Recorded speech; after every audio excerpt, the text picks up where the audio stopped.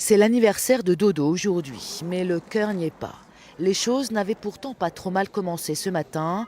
La salle d'audience a même ri quand il a parlé de ses projets. Ouvrir un autre bar montant appelé le FMI, ou quand il a juré que toutes les filles de ses clubs étaient indépendantes. Mais Jade, l'ex-prostituée, elle, a décrit des cadences infernales et un engrenage insupportable. Lorsque vous commencez à boire du champagne dès 10h du matin pour ne vous arrêter qu'à 2 ou 3h du matin ou au-delà, quel est votre degré de libre arbitre et quelle est votre possibilité de dire stop? Voilà la vraie question à mon sens. Béatrice, sa compagne, est aussi à ses côtés sur le banc des prévenus. Elle assume tout, son métier, sa vie, mais pas le proxénétisme. S'il n'y avait pas eu Dominique Strauss-Kahn, je ne serais pas devant vous. Il faut sortir un peu des clichés.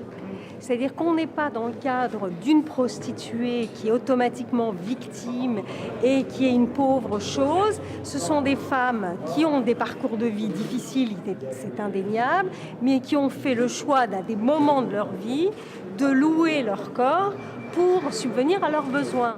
Dodo et Béatrice auraient fourni des prostituées à René Cochefer. Tous les deux nient farouchement. C'est qu'il y a des caméras dans tous les établissements qui enregistrent. Alors je vois pas comment on pourrait forcer quelqu'un. C'est mission impossible. Elles le disent pas d'ailleurs. Elles le disent pas.